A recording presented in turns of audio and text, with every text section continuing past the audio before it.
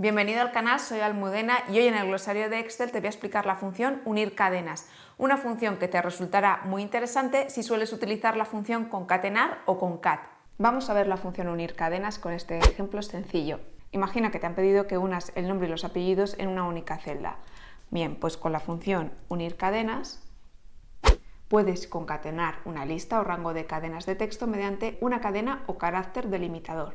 Selecciono la función y lo primero que me pide es el delimitador. El delimitador debe ir siempre entre comillas, ya sea un espacio, un guión medio o lo que sea.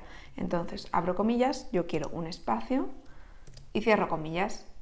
El siguiente argumento es si queremos ignorar las celdas vacías. Después os mostraré la diferencia entre ignorarlas o no. En este caso las vamos a ignorar. Y después solo tengo que ir seleccionando las celdas que contienen el texto.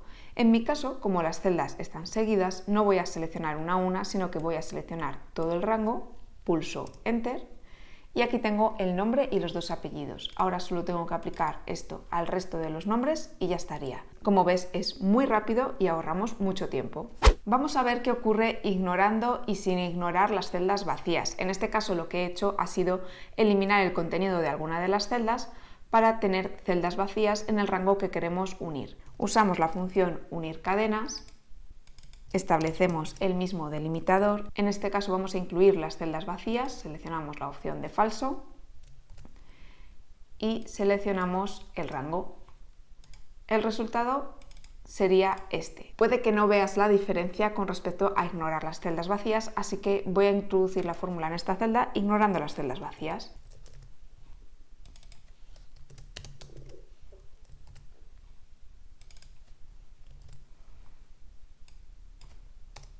Lo aplico al resto y como ves, cuando hay celdas vacías, como es el caso de María Ciudad, en este caso se incluye un espacio de más en el lugar que hay una celda vacía. En cambio, si ignoramos las celdas vacías, no se incluye ningún espacio adicional. Se ve claramente en este ejemplo en el que la celda vacía es la primera, como delante de la V de Vargas tenemos también un espacio. Sin embargo, ignorando las celdas vacías, no tengo el espacio.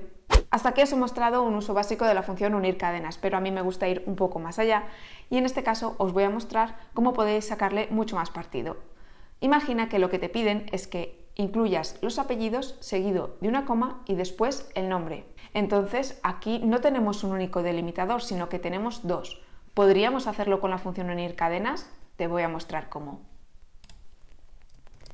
Usamos la función unir cadenas y en este caso necesito dos delimitadores, por lo que voy a abrir los corchetes. El primer delimitador que necesito es el espacio que irá entre los dos apellidos, abro comillas, introduzco el espacio, cierro comillas, punto y coma, que es mi separador de argumentos, y también necesito la coma para separarlo del nombre, así que abro las comillas, introduzco la coma, un espacio, cierro las comillas, cierro el corchete del delimitador y voy al siguiente argumento. Si quiero ignorar las celdas vacías y lo siguiente que me pide es el texto 1. Como habéis visto, podemos introducir uno a uno los textos o bien seleccionar un rango. Primero quiero los apellidos, así que selecciono el rango con los dos apellidos, introduzco punto y coma y a continuación selecciono la celda que contiene el nombre. Cierro el paréntesis, pulso Enter y aquí tenemos los apellidos y a continuación el nombre separado por una coma. Lo aplicamos al resto y como veis se muestra perfectamente, hemos ahorrado mucho tiempo.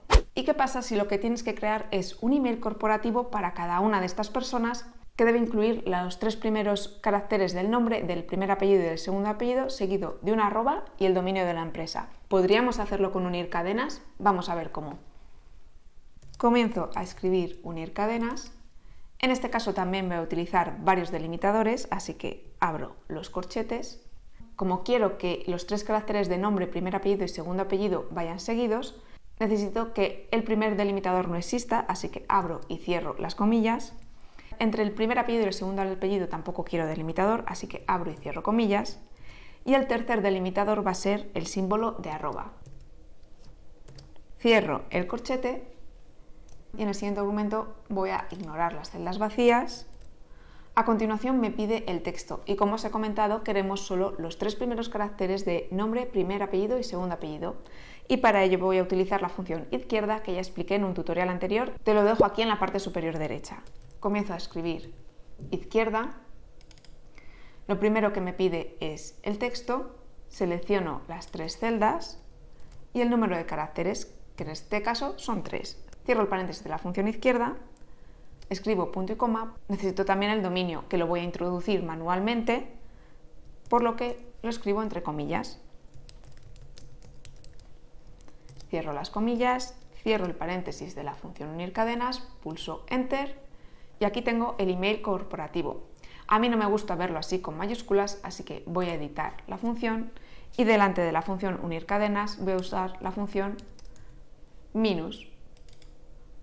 Cierro el paréntesis de la función minus, pulso Enter, este sería el email, lo aplico al resto y aquí tenemos todos los emails creados en un momento. ¿Conocías esta función? Déjamelo en los comentarios. Si quieres aprender más funciones, aquí te dejo la lista de reproducción completa. Dale a me gusta si te ha resultado útil y si quieres ver más vídeos como este, suscríbete a nuestro canal y activa las notificaciones en la campanita para no perderte nada. Nos vemos en el próximo vídeo.